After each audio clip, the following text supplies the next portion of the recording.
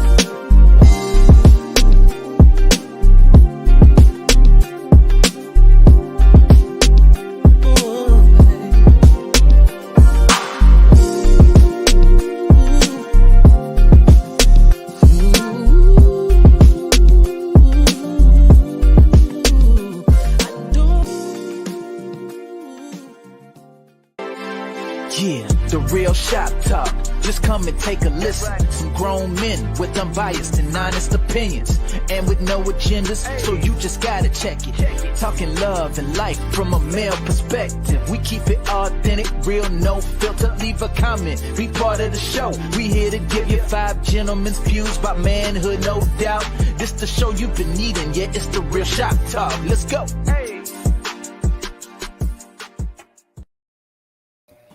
Hey, everybody, we are back. It is the I'm sorry, not the relationship. Let me stop. The real shop talk. Sorry, guys. Freudian slip. It's the Real Shop Talk, and we glad you're back. Come on in here. Make sure that if you have not subscribed to the YouTube page, make sure you click subscribe. Make sure you click that bell so you can get the notifications. We have some amazing shows coming up as usual. We also have quite an archive now. I think we maybe in a few months we're coming up on a year, which is going to be amazing. So I'm glad you're here. And guess what, guys? Tonight, y'all see we have more people on the stage than normal because it's Ladies' Night. And not only is it Ladies' Night, is it National Women's History Month? Is that what it is? Yeah. So we got some history makers in here, guys. So we're going to have a chit chat about balancing how these women balance life and business. So what I want to do, my OCD is kicking in, so I need to move these ladies, the aesthetics. I need for them to be together. There we go. So we're gonna have a time tonight. What I want to do, since it's Ladies' Night, we're gonna let the ladies introduce themselves first. So what I want you to do is tell us who you are, a little bit about what you do, and then we're gonna pass the mic until we get through all of you guys, and then we're gonna get started with this. So we're gonna start with Kim. How are you? I'm doing well. Thank you for the invite. I truly appreciate being invited to this platform. A little quickly about myself. I am by trade a communication specialist with the federal government. That's what I do to earn my money, pay my bills. But on the side, I also have my own business, which is I make all natural beauty products or skincare products with shea butters, body oils, that sort of thing. And I also dabble in a little bit of modeling. So all of that is part of my business. Cool. All right, Akeisha, you next. Good evening, everyone, and thank you for inviting me and having me on. My name is Akeisha Harris, and I won't say that I'm retired, but I've been in the beauty industry as a cosmetologist for 20 plus years. I stepped away from the chair during COVID. Right now, I am an assistant dean at a charter school, and I also have a side business where I do custom t-shirts, branded t-shirts, and all of those great things. Cool. And you also have a special connection to one of the brothers here. Yes. Great story. I met my brother about 10 years ago. I always knew that I had a brother named Tony, but I never met him. And then 10 years ago, we got a chance to meet in person. Cool. That's amazing. That's amazing. That's awesome. All right, Teresa, you're up. Hi, I'm Teresa Carter. I have a lot of work in finance. Right now, I sell private mortgage insurance for Genworth Mortgage Insurance, one of the 6 private mortgage insurance companies. I'm also an author. I sing on the side, and I also sell life insurance on the side. Wow. Mm-hmm. Yeah, that's amazing. We're gonna I kind of don't even want to do our introductions, but we gonna skip past ours. I'll say this. Hold on. Let me put the little thing. Go to that website, therealshoptalk.net, and all of our profiles are there, and then you can find out what we do. But in general, we are five men that we really champion building better relationships, community. We collaborate the hell out of this thing. We want to make sure that we touch as many people as possible because we are supposed to, we're supposed to be a community. We're supposed to help each other. We're supposed to talk to each other. And that's why we have these ladies here today. So let's go ahead and get in. Let's get it in. So I do want to preface it with this. If at any point you want to ask a question, ladies, feel free to jump in, ask a question. You have 5 gentlemen up here. You feel free to ask whatever you want. And we'll do our best to be honest. So no, we definitely keep it real on this show. So yeah, definitely honesty is not a problem. We just gotta keep it short. That's what we do. We gotta make sure we promise to keep it short. So first question, and I just want your first knee-jerk opinion, or maybe you've been through certain things, but the first question is, do you find your work-life balance to be difficult, or is it something that you naturally just kind of make sure that it happens and it balances out? So any one of you can jump in. I'll jump in. I found it to be challenging trying to juggle at least 3 different things, being my job and then my business, La Vie Concepts. I'm sorry. Got to plug that. And the whole modeling aspect, it kind of all gets mixed in together. And, thank God for Post-it notes, because I write a lot down and put it on my calendar in my phone. So that seems to help, but I do find it challenging from time to time. For me, at this point in my career, it's not challenging. But earlier in my career, yeah, I struggled. I'm married. I have 5 children. And I was putting a lot of pressure on myself to do everything. I think just as you get a little older and kind of realize that you just can't do everything, right? And stop putting the pressure on yourself to be Superwoman, it gets a little bit easier. And my kids are older, so that helps too. Right. Yeah, I think I can speak for most of the gentlemen, or if not all of the gentlemen on the stage, but it's definitely not easy. We're doing what we got to do. And we're older now, so making ourselves a priority is paramount. I'm gonna ask the next question to the ladies, and then I have a follow-up question for the guys. So it's like a piggyback for the guys to answer the similar question. I don't want to be that big brother though, but Yeah, you. I want to be that big brother though, but I would say that it's easier now for me. My children are older, but doing hair, I went back to college. I graduated college. My son played basketball. Once it was all over and done, I was like, how in the world did I do this? I knew it was not by my own strength. So now it's just a matter of me being consistent, because I don't have as many responsibilities as I did when I was working a business, going to school, and raising children. My bad, Tony. Bro and sis, my bad. I'm over here looking at these bullet points. Next question is, have you ever felt like your success intimidated either people you were dating or a person that you were in a relationship? Did you ever feel like it was intimidating to potential suitors or your man? Anybody can jump in. Yes. Yes. And I've been married 22 years to the same man who has a great career himself, who has a college degree himself. But when we got married, we were really young, and I have probably a little more drive than he has.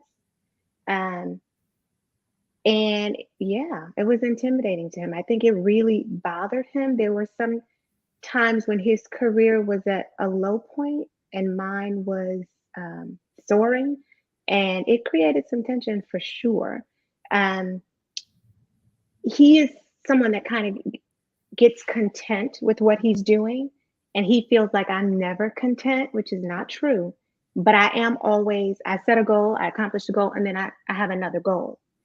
He sets a goal, he accomplishes the goal, and then he rests, right? So we're just different in that way. So I think, yeah, there was a time when things weren't going well for him, things were going great for me, and I would say he was a bit intimidated. Now, would he say he was intimidated? Probably not, right? He wouldn't use that word, but I would say yes. Yes, it definitely caused some tension.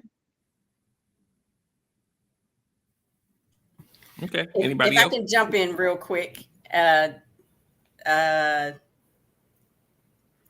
is some level of intimidation, even though I'm currently not dating right now, but have had some prospects. And the first question is, because I too went back to school during COVID, pursuing my master's. And the first question was, so I guess you won't have time for me.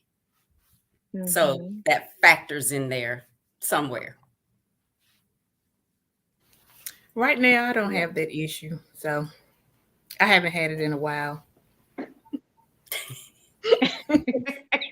Excellent answer. Yeah. Go ahead, Tony.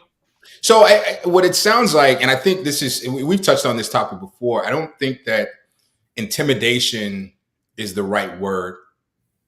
I think the right word is insecure, because, you know, it can feel not intimidating, but it couldn't trigger my insecurities as a man if there is a certain level of success that that the woman that I'm sharing my life with is achieving and I'm not, or if I walk into a situation like the gentleman that Kim was talking about, already thinking about the lack that I'm going to experience because of the success that you're experiencing. And so it comes back to that whole concept of, you know, what do I get out of this, right? As opposed to saying, how can I help? How can I be of assistance? How can I be a partner? You know, how can we take these goals that we have and merge them? Because, you know, the way men define success is very differently, in my opinion, than the way women define success. Because you're right, Teresa, when I achieve a goal, for me, that's when I go into my state of rest. I've grinded, I've done what I needed to do, I've checked the box. Okay, now I can breathe. I mean, even household chores, I do it that way. You know, when I finish, you know, doing something that is off the honey-do list, I celebrate by getting myself a nice brown drink and sitting out on the porch and having a cigar, while my wife is like, that was number 3. We got 37 things on this list, but I'm gonna celebrate, you know, my accomplishment after. Whereas my wife, on the other hand, is a lot like you in that she doesn't give herself a chance to celebrate because she's already on to the next thing. And I'm very critical of her because I'm like, you feel overwhelmed because your list never stops. It's like you never get a chance to say, hey, I did it. All right. It's already the next thing. So I don't know that intimidate is the right word. I think it's insecure. It's fear. Fear that the position that I have in your life is not solidified, because as a man, I've been taught to be needed, not wanted. Right? Good point. Find that fits better than intimidation. Yeah, I agree. I use that on purpose because that's what the internet streets are saying. They use that word a lot. So my question to the gentleman on the stage, and everybody, you can choose to answer or not. Similar question, but on the flip side, have you ever been that guy who has dated someone who made more or made you feel insecure about where you were versus where she is? Have you ever been that guy? Or you can respond in just in general, like Tony just did about the topic itself. So anybody can kind of take the floor. Yeah, I want to jump in. It's also the idea of growing up in the culture where you're told to go get the bag. Once you bring the bag, that's what gets the woman, right? You go get the bag, that brings the woman. And women that are already successful are like, well, I don't need your bag. I got my own bag. I don't need your bag. I got my bag. So now you're telling me that I got to come with something new, which is what? Emotional intelligence. I need a man that's going to come with that emotional intelligence because I don't need your money. Where our culture for how many years is go get a good job, go own your own business, make it happen. And when you have the money will allow everything else for the relationship to go. But we learned that ain't true. Even in those times, it wasn't true. Because if you didn't have the emotional intelligence, how do you keep the relationship growing? How do you keep the energy and the idea of inspiring one another to new heights? How do you keep that going? Because it's not simply just supporting each other, but it's also inspiring each other. And if you're not the person, if I'm saying that I got the money and I'm coming to you and you got money too, so now what do I do with this? How do I operate from this position where I can't talk about money no more because you got money? So all I can speak from a place of how can I support you? How can I help you to live your dreams? How can I be there to encourage you, to build you up, and to journey with you? Not based on the money I bring in, based on what I bring as a human being. Remember, now you're removing the man and the woman element from it. As a human being, what am I bringing to the, as we say, the table, to help you live your dreams, to help you, or to allow you to come on in and inspire me for more, inspire me, allow me, because that's the weird side of it. Because when you're with someone that's successful, that's a woman, you're like, well, now, wait a minute. So I'm not the head dog financially. She's making, so you mean like if she's keep going after things, that means I got to keep going after things? Tony Massey, catch that? If she keep going after things, does that mean I have to keep going after things? Because when mom and dad told me to go outside and play, outside was a competition. Outside was a competition. One boy trying to beat the next boy, trying to beat the next boy, trying to beat the next boy. Now you get into a relationship competition. What you mean? You ain't resting, Teresa? You ain't resting? You getting new goals? Wait, can I just stop and smell the roses? Teresa saying no. I got new goals. Right. I'm like, we don't have time for that. I ain't telling you that you got to go get new goals, but you're kind of implying that I got to go get new goals. When do I get to rest? When can I sit back and sip on Tony Massey's brown drink and cigar? That's what I want to know. I just had this very conversation with a group of people week before last, and I can't speak for, although I was married for 28 years, I can't speak for the now married people, but that's what's making dating challenging, because I'm successful, but then there are men who, okay, we won't use intimidated, but insecure about where they stand in someone new that they're meeting in their life, because they're successful already. So I'm looking for someone who can complement and bring something similar to the table as to what I'm bringing. And it makes that part of my life challenging. Well, and that is the challenge. Gunner Man touched on it. Ever since we first started as little boys, we compete with everything. Everything is a competition. The way we dress, the way we play, the way we speak, women, you know what I mean? Everything is a competition. It isn't until we learn the value of collaboration, that's when we really grow. And so there's so many men out here competing against their women, not understanding that if I just collaborate with her, then it doesn't matter who brought the bag or whose bag it is, if it's a Louis Vuitton bag or, whatever, it's our bag, right? But the hard part is breaking that mindset, because like Gunter Man said, socially, we've been taught that I have to come with more than you have. Otherwise, the whole concept of I can do bad by myself. You can, but you can do amazing things with a collaborative partner. Mm-hmm.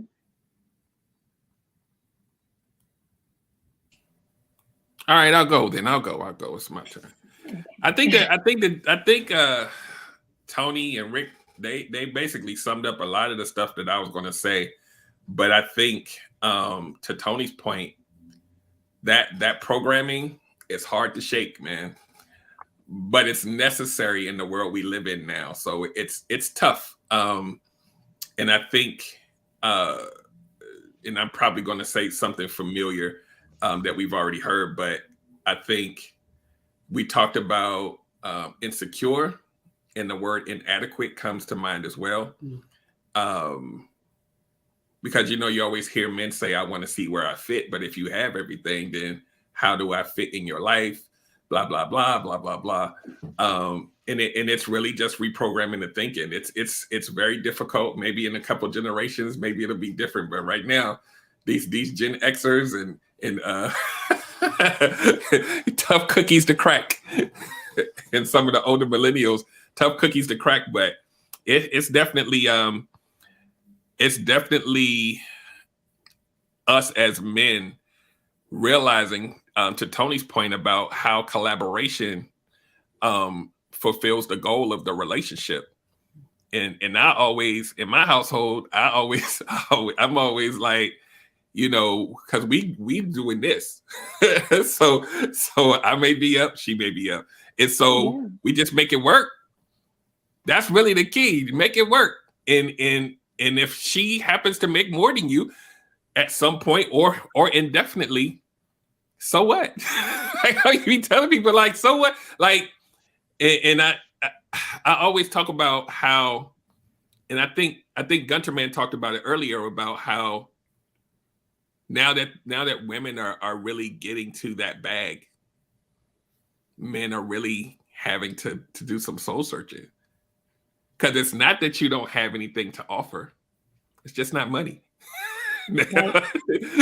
so it's like, oh crap. Like I really gotta like show up as my organic self. Now, I already know she loved me. I already know she got my back. But that money thing, man, that thing attaches to us like because we like Tony said, we've seen it since a kid. The dude, the guy with the Mercedes always got the girl. And we were just like, dang, maybe I got to get a Mercedes too. And then I'll get the same results. And the women are like, I just want to love you. I don't know. So any other gentlemen want to respond or talk to this point, and then we're going to keep it moving. Let me jump in real quick. I have an alternative question. So this is for the single ladies. So what does a guy do if he's not on par with you?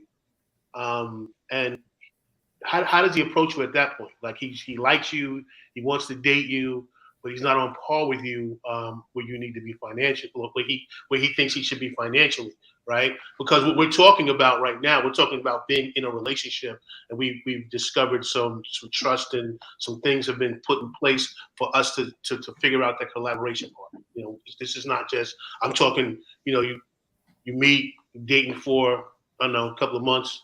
Like what does he do in his head, or what does he do to say, okay, I don't do this, but I can do this? Like, what does that look like? I wish I could answer that. That's the same question I have for you guys, but that might be a whole different platform at this point, a different topic. So I can't answer it. I would hope that they would come with the same ideals, and you're right, not necessarily me needing their money, but you know, are you going to put in the same type of time and effort to get to know me? Are you going to put in the same time and effort to think of new things for us to do, something different, not the same old? And it's all challenging, and how you prioritize, you know, your work and spending time with me. Mm-hmm. That's just from my point of view. I think also, because you asked the question, if he haven't gotten to the place that he want to be at, is that what you said? Mm-hmm. Sometimes that's hard, because dealing with a man that haven't met his goals for his life, he can be a little challenging. So it just depends on, like he spoke before, the emotional intelligence about it. Like, are you going to take what you're dealing with in your life out on me, or do you know how to balance your life, balance your feelings, balance your emotions, and still be able to date? Because if not, I feel like you shouldn't be dating. Mm-hmm. I love that. Let's stay here for 1 second, because what you're talking about is something that I think is often confused. If I'm doing a job that doesn't make a lot of money and I'm not satisfied with the job, right? I don't like the job, but I've not prepared myself to go do something else. That's one state of mind. And I think that's what you're talking about, Akeisha. But let's say I'm a school teacher and I'm teaching in an underprivileged area. I don't make a lot of money because the district doesn't have a lot of money, but I'm very passionate about what I do. I truly believe I'm doing God's work. I'm fulfilling my purpose, but I'm not compensated at the level that someone who works in a different industry would be given the same level of effort. That kind of guy, is he different and this is for the ladies, is this a different type of guy than the guy who's, you know, managing the Steak and Shake Shack because, you know, he's been there since he was 16. I don't know. I'm not trying to be disrespectful to anyone's job, but someone not satisfied with their career and isn't getting compensated for it. I think it's a different type of guy because, I mean, he just may need some help. And that's when I make it come in and we collaborate, as you said before, and we think on ways that what can you do on your other time that you're not doing anything? Can you tutor? Can you do online tutoring? Like, there are other ways to get another stream of income. You just have to balance it and be willing to do it. It may not also only be his stream of income, but where he is, his state of mind. Is a healthy place? Does he need counseling? Because, you know, at some point, I think all of us need counseling to some degree, and not all men are willing to accept that. What if he's got a mixtape rapper and his tape ain't went? You know, he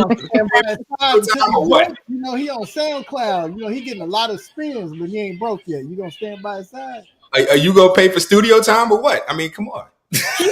He probably will not approach me, period. So Right. I won't have that problem. He might come up to you and be like, "When I'm alone in my room, in the back." It's all about balance. It's all about balance.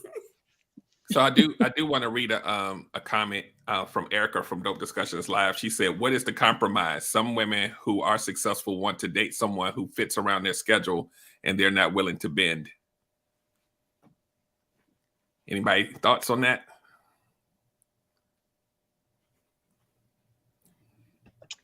I think somebody that says they're not willing to bend is not looking for a compromise. There is no compromise. She says she's not willing to bend. She wants what she wants. Good luck to her. Yeah. I see that a lot on, you know, as a relationship coach and just talking to people and looking at people online. There's a lot of people who are successful. Well, we're talking about women tonight, so we'll say women, but that doesn't mean the men don't fit. Okay, I want nobody coming for me in the comments. They'll say, "I've worked this hard, I've achieved this success, I have my own space, and I don't want nobody to mess that up. So I'm taking myself out of dating and being in relationships completely because I need to maintain this." Does that ring with any of you, or heard that, or know people that are like that? No? Good. Because I hear it a lot. They don't want to give up their peace that they've attained over all of this time because they're successful and they don't want a man to mess it up. So Tony Massey said in my pandering, we can talk about one without talking about the other, sir. We can split hairs. This is ladies' night. So the next place I want to go, as far as being successful, what I want to try to frame this right. And we're talking about male-female relationships. I know there's a lot of different things out there, but what are some struggles that you face as a successful woman that you think men just don't get? Like, we'll be with you, but we just don't understand what you go through. What are some of those things that you go through and you're like, I wish he would get it? Trying to balance work and your own mental health and growth and, you know, trying to achieve your goals and do all of those things that you want for yourself while also taking care of kids, taking care of a husband, because you are taking care of them. And men, I feel like men will never understand really what a woman has to go through because their mindset is totally different and they're not doing as much as we're doing at one time. So we are balancing so many different things at one time and trying to juggle all these different balls. And men don't have to go through that. And when I will say something about it, it's like, well, you don't have to do all that. Well, you do, because then nobody's going to do it. So I think that's the part that the men don't understand, how much women have to balance to keep everything flowing. And Can I without jump in with a little sacrificing something? themselves. I agree Right. with you totally, Teresa. Yeah. And it doesn't happen that we don't the problem is we end up sacrificing ourselves. Yep. Right? Unintentionally, but we do end up sacrificing ourselves. Do you think a part of the sacrifice is falling into cultural norms instead of setting up what's good for your particular house? Yes. Absolutely. I do. You know what I'm saying? You catching all that, right? You Yeah. know, like we can say, well, the woman's job is to nurture the kids. We can say the man's job is to take out the trash. But does those rules apply to my house? What's going on in my house? What do I need for my house to operate? What am I allowing that isn't right for me? Right. Because that's really what it comes down to. We can say culturally the guy won't fully understand, but what did we set up? What did you both set up in the house as far as who's taking care of what is not being discussed? So not only that both of you are raising the kids, both of you are nurturing the kids, both of you are chasing after your dreams, both of you see what I'm saying? Somewhere along the line there was a discussion that wasn't made, because you'll learn however you start off with these particular allowances in your relationship. Allowances are something that you say it's okay right now, but in truth, come on, look at, she's already shaking her head, that at your core, this will not work for me. And in my teaching about being a hero or a victim in a relationship, what part did you play as far as the villain? And the villain part that you played was allow. You allowed certain things to take place in your relationship that wasn't true to who you really are. And since the discussion wasn't made or the point wasn't stood on firm enough that you didn't waver, that he had to deeply consider or she had to deeply consider each other's ways, that these new, outside of what cultural norms is, these new platforms, these new ways of being and operating in my house were formed. And even with that, those roles change. Things shift as the kids get older, as we get older, those roles change. So, it's ever evolving, I would like to think. And, if those discussions aren't had before, during, and after, so to speak, then, it can make things very challenging. I think too, and that makes where it has made me wiser. Like you said, like you accept things that like later on, but like now up front, it's like, oh no, I'm not dealing with that. Right. No, I don't like him. No, that's not going to work. So it's not necessarily that I'm being picky, or I just know now what to look for. Is it somebody that's going to be able that we work together in everything? Like, it's not just you come home and take off your shoes and just sit there. It's got to be a little more. Right. And I think we also have to talk about the fact that some of this pressure doesn't come from inside the house. It comes from external factors as well. For instance, in my house, I do all of the cooking, but I love to cook. I mean, that's my happy place, right? So it's not a burden for me to cook because I absolutely love doing it. But my wife still gets pushback from family members and friends because you need to cook for that man. Well, he doesn't want me to. Well, he's, and so they're trying to create the, change, what's it called? Change the habitat, right? Have you changed an animal's habitat? You know what I mean? And I hate making references to animals when it comes to people, so I won't. But they're trying to change what we have adopted as our norm. And so as a husband, as a collaborator, I have to keep reminding her that I don't want that. I don't need it. I don't require it. I don't even want it. So don't feel bad about not doing something that I never asked you to do, because socially, that's what you're supposed to do. But it's not what I want. So you're literally forcing something on me that I don't want because you want to fit social constructs that exist outside of the threshold of our home. But that's my job, is to constantly remind her and reassure her and reaffirm her that you are a great wife. You are a wonderful wife. And you cooking me a meal is not going to make you a better wife. Right. You know what I mean, it's not something that I need. But I do agree with Teresa, though, that, you know, and this is going to, I know I'm going to get accused of pandering for this. I think that the grind and the hardships of men is sometimes so overplayed. It's something that we love to talk about, how hard it is out there, especially for Black men, and we got to do this and we got to do this. Y'all don't understand how hard it is for a Black. It's not that hard.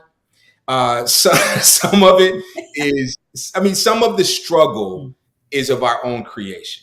And if we're honest, some of the things that Black men are going through, Black men in particular, some, not all, some are a direct result of the consequences of our own actions. And we have to accept that. We have to accept that some of our trouble we created. And so when we start comparing ourselves to women who are literally in a transformative stage in life, women as a whole, I mean, your grandmother didn't work because she couldn't. And if she did work, 9 times out of 10, she did a job that she did not want to do, but it was the only job she could get. That was your grandmother.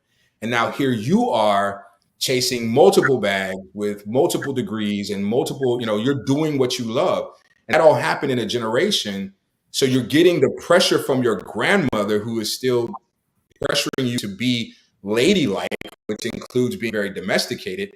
But then you're also being pressured by this new era that said that, especially driven by social media, that you have to grind. You got to get it out the mud, the grind mentality, the hustle mentality. And so you're caught in between this generational transformation. Meanwhile, as men, it has always been expected us to work since Adam. That was the first job we were given, is to go out and, work. So this is for us. The only thing that's new is now we're working side by side with our mothers, our wives, our daughters, our sisters, these people who weren't there before. And so now we have to adjust our mindsets to accept them in this environment without feeling insecure about the success that they're experiencing, because they're allowed to now. That's the key. We've competed against women in the past, enjoying the unfair advantage that we've always had. But now that that's been removed, some of y'all are really fast. And rather than celebrating that, a lot of us are saying, slow down, because nobody's gonna want you. You're too fast. You're doing too much. And so no one's gonna want you. So rather than me figure out how to speed up and run with you, I'm asking you to slow down, throw a hamstring so I can catch up. Well, where's the balance in that? So how are you all? And I'm just speaking in general. How are men expecting us to balance your insecurities with our success? You shouldn't, and that's the thing. It's unfair of me to ask you to dim your light so that mine can shine. Right. The goal is to either find someone with a dimmer light, because if I can't deal with how bright you shine, I need to find someone with a dimmer light, or I had to figure out how to make my light shine alongside yours.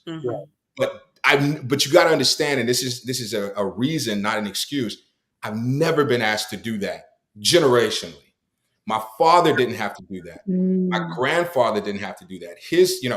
For years, showing up and handing over my paycheck was enough. But now my paycheck is gas money and the extra stuff we do. I know more. You know what I'm saying? Like, No, not anymore. But but it's now being weighed the same. And so there was a time that you wouldn't leave me because I was the key to your financial security, your emotional Mm-hmm. your security. But now, not only can you do bad by yourself, you can do pretty good by yourself. And so now I'm trying to figure out, what do I do with all that? So I have a different question. I want to take it back to what Teresa was saying earlier. How women have this. My mother did it. The woman I'm married was married to does it, and all the women I know and hearing Teresa and everybody say it. That whole nonstop, raise the kids, come home, do this, do that, do all of these things, right? And this question is, if you have sons, right? I don't know. Are you teaching your sons what that mothering aspect looks like, so they don't grow up with the insecurity of getting involved, and understanding early, well, if she's doing this, that, and other, right? I need to fill in the gaps, right? Are we teaching our boys how to fill in the gaps? Is the question I have you, because we're dealing right now. We're talking about men of a certain age who are kind of in a certain mindset. It's kind of hard for them to shake that mindset. So let's look for the generation behind us to say, hey, are we teaching them, because of this new dynamic, this is how you collaborate with somebody, especially if she's a go-getter. There's going to be some gaps that you can fill, even though you work that 12-hour job, that 10-hour job, that 8-hour job that you have. You're a teacher. You can come home. You got to grade papers, but she's chasing the bag. There's some things that you can pick up in the meantime to take some pressure off her. Are we teaching the boys that? That's my question. And while you're thinking about the answer to that question, are you allowing him to do it his way? Because here's where I push back on a lot of ladies. You complain about not getting help, but you don't like the help you get because it's not being done the way you would do it. And so as you're teaching your sons how to be a collaborator, you also have to allow him the space to offer what he brings, not what you necessarily always need in the way you need it. So answer the question with that caveat, please. Ooh, good point, Massey, Tony. damn. That's That a was loaded a good question. point. That was a really good point. Wait, Tony Massey done. He done got. Yeah, wow. I have 3 sons. They are all dating now. They're older. I have twins that will be 20 this year, and my oldest son is 23. They have seen me do it all. And so I have recently, I want to say in the last 3 or 4 years, really had some detailed conversation about what is expected of them and how they can help their partners when they are married or, when they're in a serious relationship. One of my sons is dating a girl that he tells me reminds him of me. He's like, Mom, she's so smart and she's getting a biochemistry degree and she does this and this and this and that. And I'm like, and what do you do? I just want to know, what do you do for her? And he is definitely not doing it my way. I've given advice, Tony, it is not my way. I would like him to do it a different way, but I'm gonna mind my business because he's grown. But he is stepping in to ease her situation. She lives 2 hours away. She's in college. He's in college, but he is at home, taking classes from home. She is living on her own, working 3 jobs, doing all this stuff. And he does drive to her. He does bring grocery that he paid for. He's trying to do it his way. So I think that they're understanding now that maybe, Mom did everything, but Mom shouldn't have been doing everything. Mom didn't have to do everything either. I have a husband, he just wasn't doing it my way, and I want it my way. So I think they understand now, and they are, making an effort to step in, get in where they can fit in? I will agree. My son is 20. He definitely does not do things my way. If I suggest anything, he's going to do the opposite. He has his own clothing line. He's working his business. He cooks. So I think he'll be a good partner, and I think he'll fill in where he needs to fill in. And I've always told him, like, when it comes to different things, if you in a household, you're the man of the house, you have to cut the grass. If you don't want to cut the grass, you got to pay somebody to do it. It's your responsibility. There you go. So looking at him, I just feel like he's going to do a good job. And I feel like also too, he watched me do a lot. So it's like, I don't think he has that idea of just, he's going to work, come home, bring the money and do nothing else. Like, you have to be involved. You have to be emotionally involved. You can't just check out because you get home. I feel like he's going to be probably a worse husband.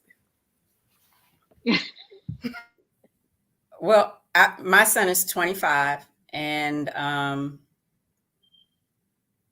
he definitely does not do everything my way. He listens. He asks for advice. I give it. If I can assist, I will. He's seen me do a whole lot for him and the family when we were all together. He sees the difference in that dynamic when there was a 2-parent household and then a 1-parent where he's living on his own and taking care of himself for the most part. But I will say, with that challenge of the separation, etc., I have learned to release him to his father, because there are some things, even relationship wise, I can't give him. And I know that I think he needs to get from a male side, good or bad or indifferent. He has to make that judgment on his own. Does he want to look like what his father looked like? Does he want to not look like what his father looks like? I applaud all your answers, but I gotta ask this question though. The question I asked was, were you teaching him how to? And no one said yes. I'm teaching them how to. I heard a lot of, he watched me do blah blah blah. He watched the difference between dad and mom. He watched what the differences are, right? And I think that what we do is we think that them watching turns into a lesson that they're learning, right? I think this is just my opinion. I think that there needs to be some teaching, some sit down conversations of, this is the dynamic and it stresses us out because this is the dynamic. So you won't be stressed out. This should be the dynamic, right? Yeah. I hear all you guys are having to remember. I was gonna say, that's a great point that you're making, because the fact that you all did it sets an expectation. It's the unintended consequences that you set an expectation for the woman that is going to feel shoes that you created. So now they're going to feel like, well, I don't need to. What do you need? What do you mean you need help? My mother worked, had her own business, went to school, cooked, cleaned, did everything, and you can't do this. So what Tony Watts is saying is absolutely right. You need to set the expectation that, look, I didn't enjoy any of this, right?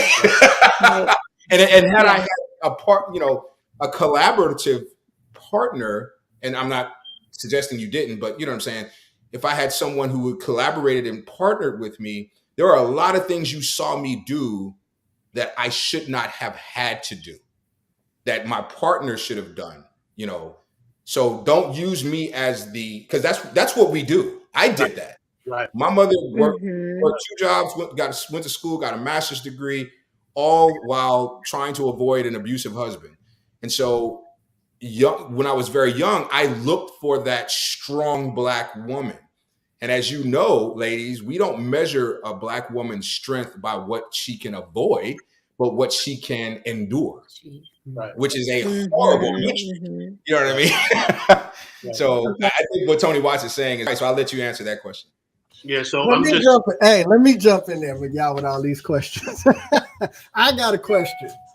I want to ask y'all a question that just throws out your relationship to life and business in relation to a man. I just want to ask each of you personally, in balancing life and business, what is something, whether it be personal or whether it be professional, that each of you are particularly proud of that you accomplished?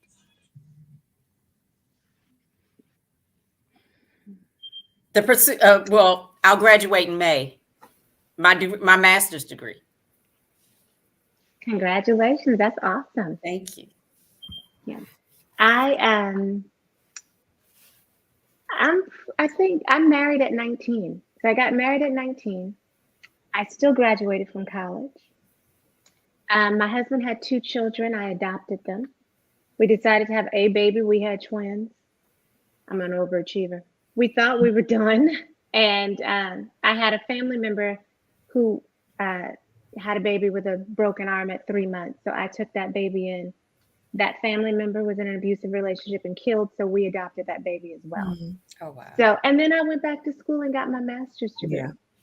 And I took care of my mother while she was dying. So I feel like everything that I set out to do, Yeah. I did it. And so I'm really, really proud of that. I'm proud that my kids got to see that. Mm-hmm. And I'm proud now that I'm a little older, over 40, and I realized that I was doing too much. And so I have stopped. I have a housekeeper. I have a gardener. I have somebody that comes and cooks. I don't want to do it. And I'm proud that my kids can see that as well. And going back to what Tony was saying, I didn't talk to my kids growing up. I just showed them. But in the last 3 to 4 years, I have had these conversations like, this is not fun. And I'm just not doing it anymore. I make enough money where I don't have to do it, and I'm not doing it. And my husband understands that I'm not doing it, and he don't want to do it either. So he's like, yeah, we'll pay somebody to do it. And that's what we do, because I've done it. I've done it all, and I'm not doing that anymore. Mm-hmm. So I'm proud to know what I don't want to do anymore and to not have to do it. Definitely my children make me proud, being that I was a single mom and went through a lot. And I took care of my mom and her transition, you know, that was a lot, and going through a divorce at the same time with that. So outside of my children, my proudest moment within myself is that I have the ability to pivot. So I'm not going to stay stuck in a place if I see it's not working for me, if I'm not happy, if it's not bringing me joy. I don't lack the courage to say I've got to do something different. Mm-hmm. It's not because I've been doing it forever. I got to keep doing it. I don't care if I'm 50. If I have to do something else, I will.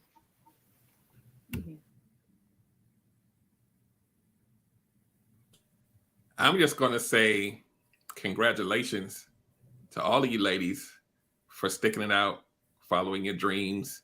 I did have a question that pertained to following your dreams.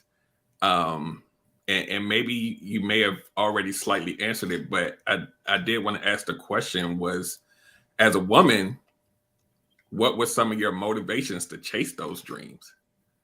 What were some of the things that made you say, you know what, I got to do this? And I know you may have, if you touched on it, you touched on it, but I just wanted to ask that question, because what I do want to do with this show, as there are men and women watching the show, I want especially the men to hear you guys' voices and say, aha, I really didn't look at it that way. Wow. Let me go have a conversation. I didn't know that that's what she was thinking or going through, or what motivated her to go chase after it. And I'm supposed to be the one handling everything. So just speak to what, you know, you just talked about the things that you were proud of, but talk about what motivated you to even push to get those things. This is horrible, but for me, it was all the people that said I couldn't do it. You know, I got married young, and they're like, she's never going to finish school. I was like, oh, okay. So I wouldn't finish school. You know, she's never, how can you raise somebody's kids? Oh, okay. I raised them. Adopted a couple more too. Then had a couple. Then it was, you know, you're never going to make this amount of money. You're a woman. I just kept going and going. And then once I saw that I could do it, then it felt like nothing was impossible. So then I really kept going. I'm like, oh, I did that. Let me do this. Let me do this. And, at one point, we moved to California and my husband was making 6 figures. And he was like, that's because I've been in IT all these years. I was like, oh, let me show you something. And I think that's what motivates me. People thinking that I just can't get it done. I'm like, oh, okay, I'll show you. And then I do it. I wish I had a better answer. I wish it was something like, oh, like for my children, I wish I could say that. I do it for my kids, or I do it because, that's my dream. I do it because people said I couldn't do it. And I'm so stubborn that I'm like, oh, okay, let me show you what I can do. That's what I do it. Don't bring your proud artwork to Teresa and tell her how hard it was to do it. She'll be like, I can do that. 2 weeks later, she done duplicated your picture a little better. You forgot some colors. Right. Mine would definitely be my mom. She would always tell me, do better than I did. And I literally would watch her walk to work. She would start off walking and she would always say, somebody's going to pick me up. But she never gave up. Even through her sickness, she was brave in that. So definitely my mom motivated me, because it was like, wow, she's really great. Like, if I had to get out and start walking and wait for somebody to pick me up, I wouldn't have made it to work. Mm-hmm. Unfortunately, I would have to say for me, my motivation was divorce. I was in a situation where, even though it was a very long marriage, it was good and bad, I felt stifled. After divorce, I was able to solely pursue my entrepreneurship, get my business off the ground. I started modeling again. I was in a local commercial.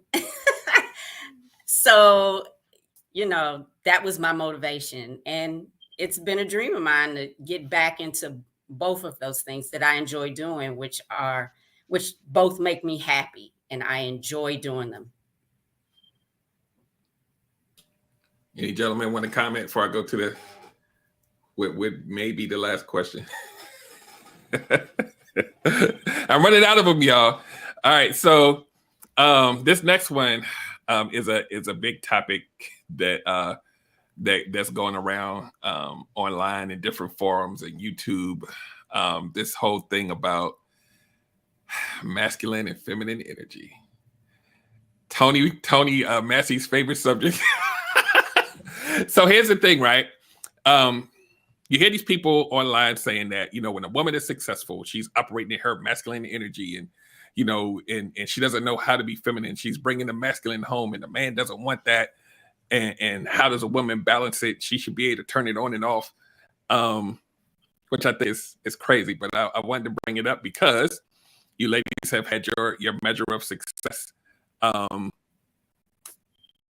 Do you find that person that you have to be to chase after the bag is hard to shut off when you come home? That's right, I said it.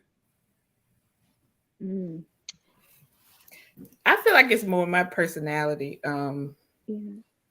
For me, I now know I definitely would probably have to date someone that I don't know, because everyone that knows me, my personality is just, I'm a colorful person, so they just don't understand who I am.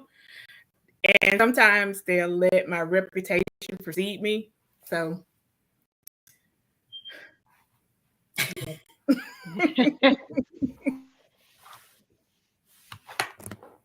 I think this is me all the time. And, I'm fortunate that my husband knows me, and he knows I can't turn it off, right? This is me. So he is not trying to do things my way for sure, right? He is definitely not the one that's got all these goals and chasing the bag. But when I win, he knows he wins, and vice versa. So my thing is, just don't stunt my growth. Just don't try to stop me. And we're good. You don't got to do what I'm doing. Just don't try to stop me from doing what I'm doing.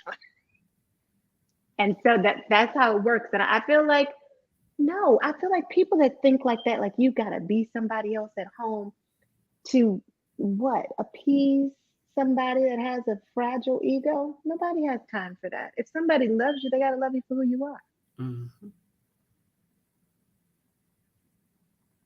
I can't answer the question because I haven't been able to bring this energy home to anybody but my dog. That's the best answer all night. Teresa touched on something that the reason that this conversation irritates me so much is because the idea that in order to get or keep a partner, I have to enter into energy that is not naturally mine is ridiculous, right? If your energy is masculine or your energy is feminine or your energy is a combination of both, depending on the situation or whatever, be naturally you. Right. And people will adjust. And if they don't share your life with those people. Do not create a persona to keep someone in your life, because one, it's exhausting, and two, at some point, you're not going to be able to keep it up. Mm-hmm. And so when we have these conversations about, ladies, you need to get into your feminine energy so that men can, blah, blah, blah. Then what? If I got to tell you to go into a certain energy, that means that is not a natural place for you. And no one wants to be in a place that's not naturally created for them, because it's uncomfortable. And I'm only doing it for you. And then what happens when you leave? Which people do. And I know people who have been in relationships for decades. And when the relationship ends, they say goodbye to their partner and hello to this person that they never known before, which is themselves. And now they have to identify who they really are. And at 40 years old, trying to discover yourself is an unfortunate thing. It's a rewarding thing, but it's unfortunate that it takes you 40 years and a divorce to finally, simple things like, I don't like scrambled eggs. I've been eating scrambled eggs for the last 22 years because that's the way he eats them. I don't feel like making two types of eggs. I hate scrambled eggs, but I never knew that because I just accepted that reality because I was married, right? No, you be you. I don't want to use the word allow because it denotes that I'm permitting something, but I create an environment that allows my wife to be her and all of her parts, all of them, even the ones I don't like. I welcome all of them. And she does the same for me, because when you talk about that ego, everyone on this show knows my ego is astounding. It is ridiculous. It's just huge, but it isn't fragile. You know what I mean? It's huge, but it won't break at the, as soon as someone says something. But my wife, she makes provisions for that. She knows that. And so we don't try to change each other's DNA in order to fit each other better. And so that's why I hate that. And so Teresa, I love what you said, is that this is just who I am. And Keisha, you said the same thing. Keep being you, the authentic version of you. People will adjust. You don't have to become more feminine to be a good wife or a good partner. You just have to find someone who accepts you and all of your part. I'll end there. So when people bring up this particular topic, and I guess across the board, we all think it's a negative topic anyway. But for the gentlemen, the young men who may be listening to this, I want you to listen very, very carefully. If you provide a safe space for the woman, that she's not worried about everything else, you'll get all the feminine energy that you need. And she can understand that she could let her armor down, she can put the sword down, and she can relax and put her feet up while you rub it and you watch a TV show that you don't want to watch, but you enjoy her because that's what you guys are doing in that moment.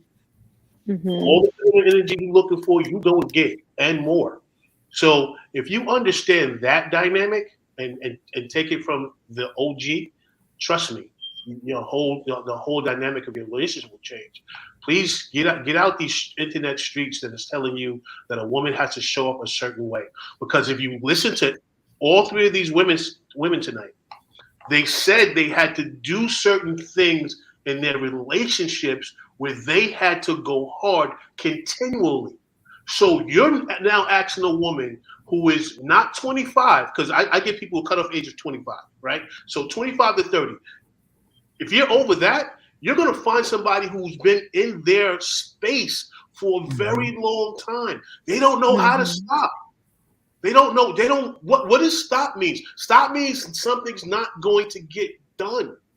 So all this feminine energy you looking for, you're not going to get it, homie, until you provide that space that allows her to go.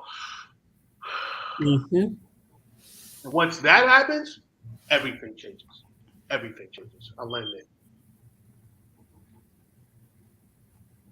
Yeah, this topic, I think about this a lot. This femininity word that everybody keeps harping on, like there's like this one archetype of what femininity looks like, and I believe that is a sliding scale. It looks different depending on who the woman is, and the gentleman who may be with her, he may like it up here, and somebody may like it down here, and you, like to Teresa's point, you just gotta show up as yourself, and if they like it, cool. If not, to Akeisha's point, Keisha got the stiff arm. She like, look, dude, I'm stay over there. I'm good. So it's I hate that you keep saying it, but to me, it's silly because I should not require you to be anything other than who you are. And like how things operate here, my wife, she does what she does. She makes the money or whatever, but I can't tell like there's a stop, then switch to this. She handles her stuff, and I love it. And it's like, to me, her doing all of that is sexy to me. That's the feminine energy for me. Go get that bag, handle that, and I'm right here cheering you on, doing what I got to do, and I'm cool with that. Like I brought these things up on purpose because it's trending. It's been trending for a long time, and it's being used to shame women into not, going after what you want to go through because you're too masculine. If you get a degree, you too masculine. If you start your own business, and there's some women out here that's like, what? Let me back down a little bit so I can just have a man. And it's like, no, go. There's some dudes out here that's gonna love it. Trust me. So, anybody have any Gunter Man? Yeah, as that saying goes, don't water yourself down for someone who can't handle you at 100%, at 100 proof. Don't water yourself down, because what I think these internet streets are not realizing, that if a woman has to, if a person, let's just cross board, man or woman, has to do something that is not in their norm, or in their comfort zone, or in their truth. That's probably the best thing. That they're actually going to be doing themselves a disservice by making them do it, because one, the person's going to end up holding it against you if you keep making them do it. This is not who I really am. After a while, I'm going to kind of resent you for it. And I might culturally say that, it's the right thing to do to kind of mix it up. But in truth, you're somehow holding it against them. So the internet streets don't fully realize that if you can't allow the other person that you're with to operate in their truth, that they will actually start to remove who they really are out of the relationship. And if they remove themselves who they really are out of the relationship, you're operating from a place and space of unknown truths. You're operating from a place that you think is what she likes, and in truth, she doesn't like that. You are moving and shaking and putting things together because you think this is what makes her happy, and doesn't make her happy. So doing that is actually a disservice to the relationship, because you should set up an environment where a person can be their 100% self.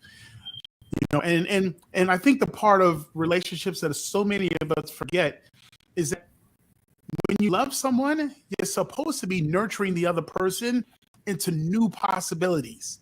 new possibilities, meaning that all the relationships you've been through before, like you're going to see new things that you have never been through before, things you have never experienced. That's what this love, this new connection is supposed to invite in.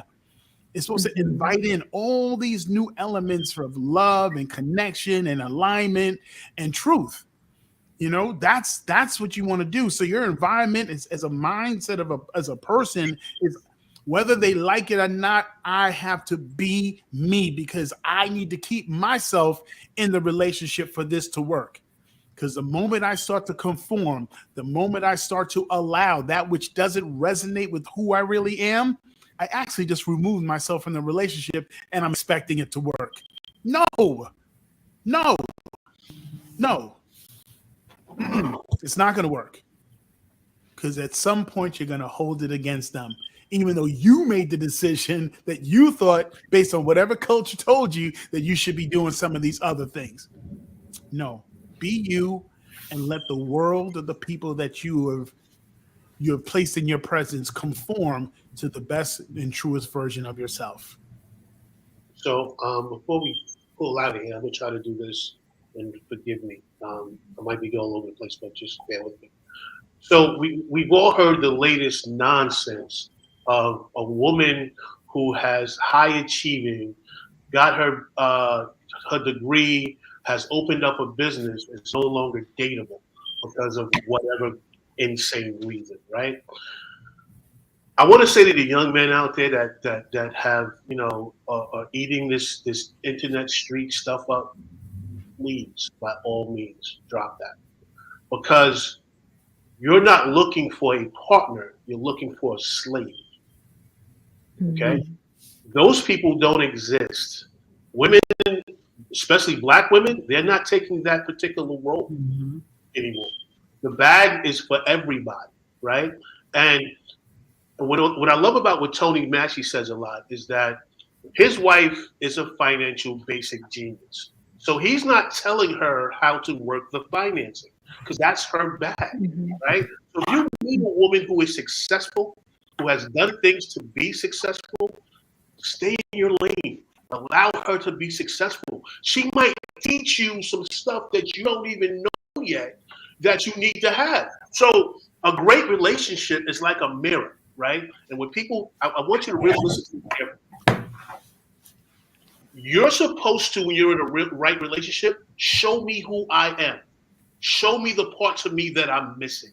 That's what you're supposed to do in a relationship that has love and reciprocity to it. You're showing me what I'm missing. And I could fall short in places because that's just who I am. Like Teresa said, my husband knows I'm the Energizer Bunny. He's not trying to say, I need to go to Duracell now. No, I'm the Energizer Bunny. And he allows her to be that. And what we're doing is we're taking people apart and going, if you have too much stuff that I don't have, that means you're better than me. The age-old saying is, if you're the smartest person in the room, you're in the wrong room. Yes. So if your person that you're dating doesn't have something that you don't know about, you're in the wrong room.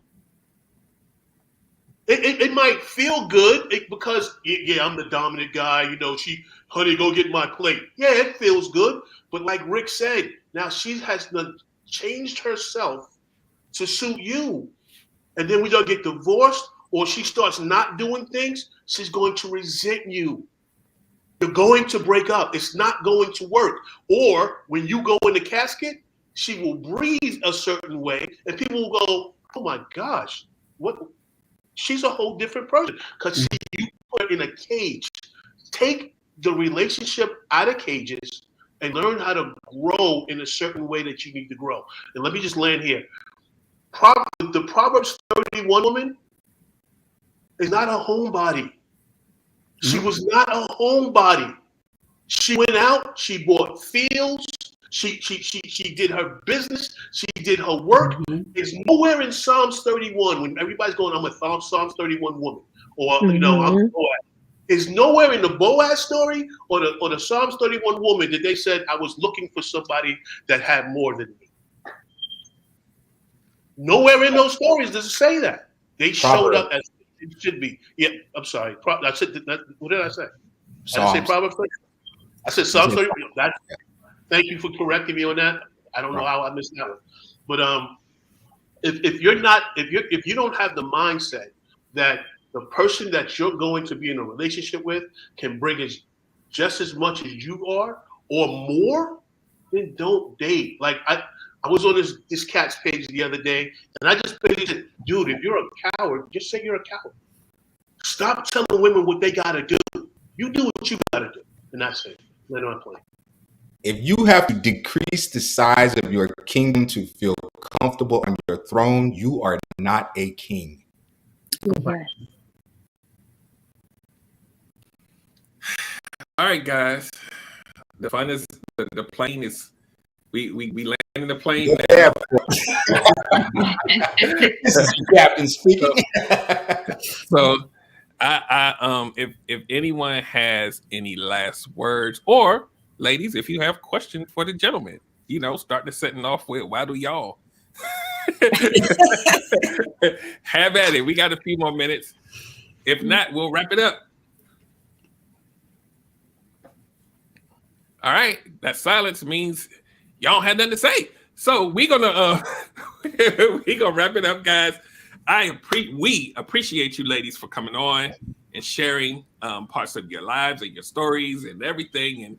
And I'm sure that the people who have been watching and the people that will watch will get some value out of it. Like I said, I wanted what we try to do on all of our platforms, and especially this one, is to let the audience see themselves in us, so that they can know, they can see you ladies and say, I was in that situation and there's hope.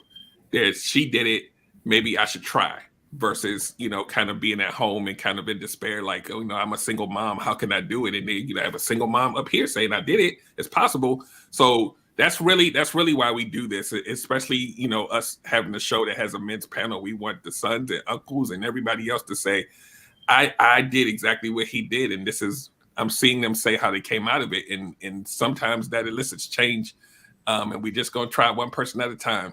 So on that note, ladies, what I want you to do is, if you have any last words, cool, but let people know how they can find you if you want to be found. So we'll start with Kim. Be found on Instagram at kim.jo.y. That's my personal page. And I have my business page, La Vie Concepts, which is at La Vie Concepts, LaViConcepts. Okay. Cool. I can be found on all social media platforms. It's either going to be Akeisha Fooney or Akeisha Fooney Creates. Nice. I can be found on Instagram at lady_T Carter. Okay. That sounds like, gentlemen, any last words? No? I just want to say it was just amazing sharing a platform with three phenomenal women. I mean, I'm talking Maya Angelou, phenomenal women. And I love to meet enterprising women who have amazing stories and are not afraid to share them, because we are truly in a cultural war against what Tony Watch was talking about. And it's just so frustrating to be a man in my 40s and hear the ridiculousness that's coming out of the mouths of some of these people. And so to bring women like you on the platform who, your introduction was just like, I needed a nap just listening to everything that y'all are doing. And so I just love that we're able to share this platform with you and just highlight what the type of women that we all should be, aspiring to collaborate with, because these are the women who are changing the worlds around them. And if you can get with someone like this is how our communities become better. We don't need people dimming their light. We need people creating more light and just shining together. And then we can truly take the place that we're at. It's so funny how we call ourselves kings and queens, but so many of us are scared to rule. And so having these women on the panel, they really show us this is you put power in the hands of a capable woman, and she'll multiply. So thank you. And just real quick, you are now part of the village.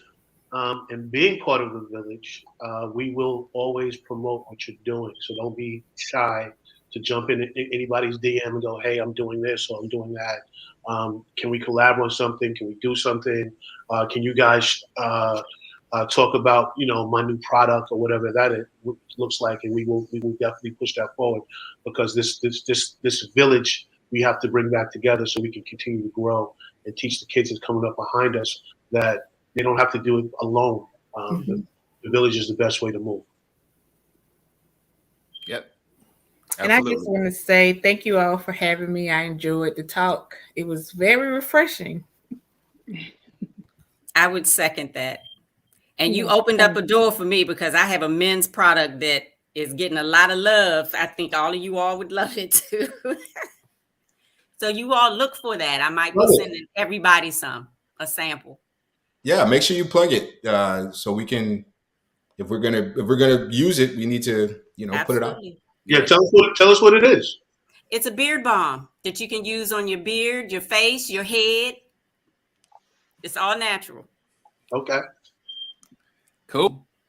And just to piggyback on what Tony Watts was saying, like we have our own individual platforms in addition to this. So our that website at the bottom, all of our Instagram handles are there. So if you need to push something, let us know, and it's done.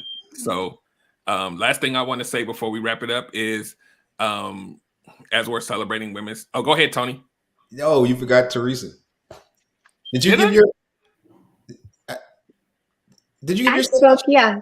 Oh, She did. I did. Yep, I did. My bad, Professor. Go ahead. I do want to say this as we're celebrating Women's History Month. You guys, from what we've heard tonight, you guys are making strides in your lives, and you are women who are making active history, and we definitely appreciate what you're doing and where you're going to go from here. So I think that's it. That's all, guys. Everybody in the comments, if you're not following us on YouTube, make sure you do that. Make sure you subscribe. And next time you come, bring your +5. Bring your +5, not +1, +5. We're trying to build a community here. You see how we do things. A lot of us just met these ladies tonight, but we're willing to share our platforms with them because this is how it's supposed to be done. So on that note, we will see you next week, same time, same place. And you guys have a great night and stay safe out there. Bye.